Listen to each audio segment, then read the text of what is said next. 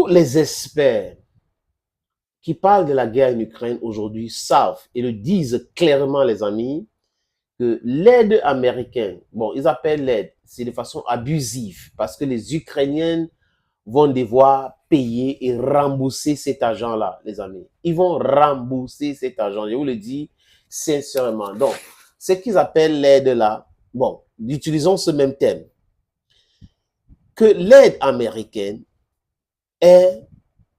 a pour seul but, je répète, l'aide américaine a pour seul but d'éviter la capitulation de l'Ukraine. Quand les experts otaniens vous disent cela, c'est avec connaissance de cause, mais deux, c'est parce que c'est la vérité. Parce que même ceux qui ne connaissent rien en géopolitique, en histoire de guerre, en stratégie de guerre, savent, les chiffres ne manquent pas. Si vous avez déjà dépensé 170 milliards et qu'on vient vous donner 60 milliards, et en 60, vous avez dilapidé ces 170 milliards sans résultat palpable. Vous pensez que c'est 61 milliards qui va faire quelque chose? Ça ne peut pas. Donc, tous ceux qui disent cela, les amis, en Occident, aujourd'hui, et il y a beaucoup de voix, même sur les chaînes de propagande pro-ukrainienne en Occident, de façon collective, disent encore cela, que l'aide américaine ne peut pas faire gagner l'Ukraine.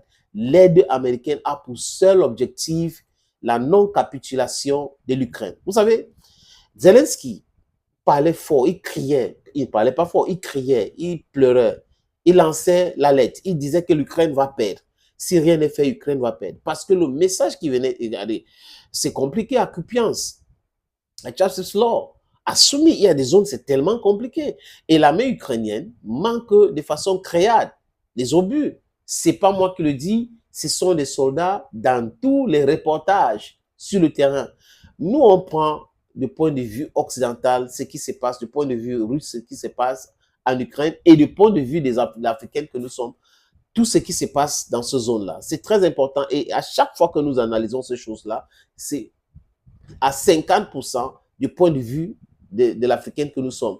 Et on peut partager l'autre 50% pour la Russie et les Européens pour mieux comprendre ce qui se passe. Parce que si vous analysez la situation en Ukraine du point de vue uniquement de l'Occident, vous allez tomber dans les histoires des plans de paix de Zelensky en Suisse, qui n'intègre pas les Russes. Vous voyez que ça n'a pas de sens. Ça ne peut pas fonctionner. Si vous êtes en conflit avec quelqu'un et que vous décidez de votre plan de paix sans inclure la personne dans ces discussions, ça va pas donner grande chose. Donc, quand les États-Unis et Biden décident de donner enfin les 61 milliards, c'est la dette, hein. L'Ukraine sait que cet argent, plus de la moitié, va rester aux États-Unis dans le complexe industriel militaire. Et les armes seront envoyées en Ukraine. Ils savent bien, les amis. Mais les Américains posent beaucoup de conditions. Même les Otaniens le disent clairement. Les armes sans les armes, je répète, les armes sans les hommes ne fonctionnent jamais. Les armes sans les mains ne servent à rien. Donc, il faut les mains, il faut les hommes pour manipuler ces armes-là. Si on vous envoie 1 million d'obus, on vous envoie 1 million, je dis n'importe quoi, des Kalachnikov, il faut avoir les hommes pour utiliser cela. Sinon, si vous avez 100 000, c'est 100 000 personnes qui vont utiliser. C'est mathématique et c'est simple. Donc, les Américains mettent la pression pour que l'Ukraine mobilise davantage parce qu'il n'y a plus d'hommes. L'Ukraine manque d'hommes sur le terrain. Donc, les Américains sont en train de demander, Lindsey Graham, d'ailleurs, les amis, était déjà à Kiev. Il est républicain. Il avait dit à Zelensky clairement qu'il faut recruter davantage. Vous avez besoin de recruter les hommes. Et la difficulté des Ukrainiens, c'était quoi? Nous, on veut défendre l'Ukraine. Mais si on n'a pas les armes, à quoi bon d'intégrer l'armée pour aller défendre la patrie alors qu'on n'a pas les armes? On va servir des chairs à canon. Des chairs à canon, simplement. Donc, nous ne voulons pas aller mourir pour rien. Donc, les Américains nous disent, voilà les obus. Et Zelensky est passé par la Rada, dans l'Assemblée nationale ukrainienne, qui est illégitime aujourd'hui, comme lui d'ailleurs, parce qu'il n'y a pas eu des élections. Bref, c'est leur pays, gère comme ils veulent. Il est passé par là, voté un projet de loi. On a voté un projet de loi pour réduire l'âge de la mobilisation. Donc, on a baissé l'âge de la mobilisation. C'est parti de 27 à 25 ans. Et jusqu'à là, à là où je vous parle, les amis, les gens ne veulent pas se mobiliser pour faire la guerre. C'est tellement difficile de continuer à mobiliser des gens. Difficile de chez difficile. Zelensky donc a dit qu'il va annoncer un plan pour faire rapatrier les Ukrainiennes qui sont à l'âge de faire la guerre en Occident. Et ça sera une patate chaude. La justice européenne et tout ça là va se mêler dans l'affaire parce que si les gens ne veulent pas venir faire la guerre, vous n'avez pas le droit de les imposer de rentrer faire la guerre.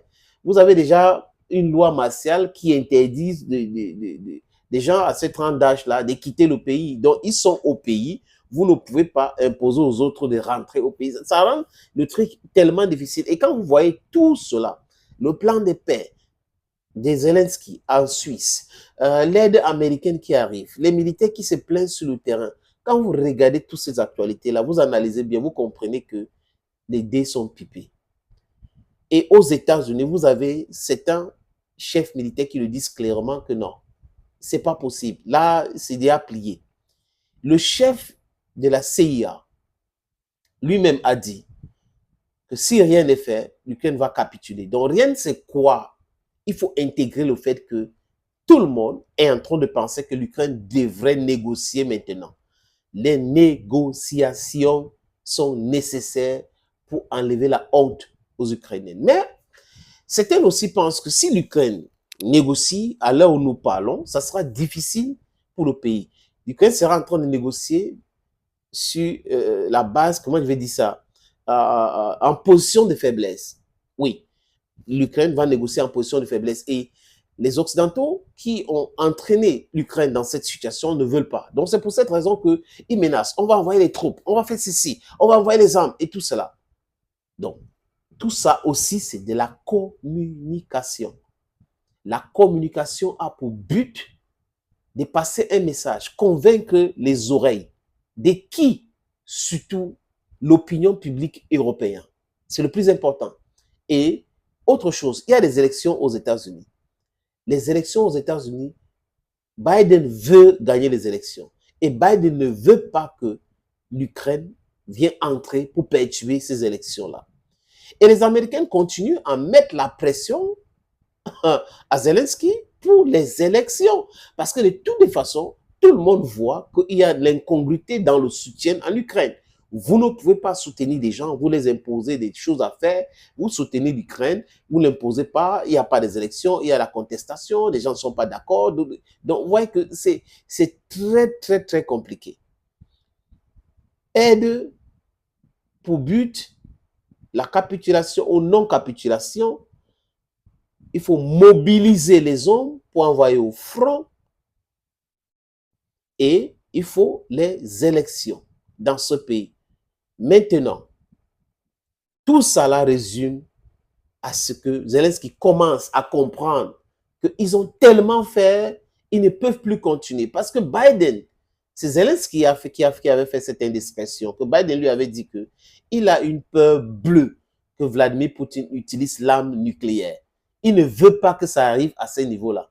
Et Zelensky lui-même avait dit cela. Donc les amis, comme les gens en Europe sont en train de chercher de voies et moyens pour aller vers les négociations et que l'Ukraine doit être en position de force, ça va attendre longtemps. Ça va attendre longtemps. Sinon, pourquoi pas copier l'exemple de ce qui se passe actuellement, où il y a des négociations sur le retour des enfants ukrainiens que la Russie a pris dans certaines zones en Ukraine. Ils pensent que c'est la solution à ce problème. Négociation. Négociation. It's very important to negotiate because it will help stop the killings, save lives. Negotiate now. Thank you, friends, and bye-bye.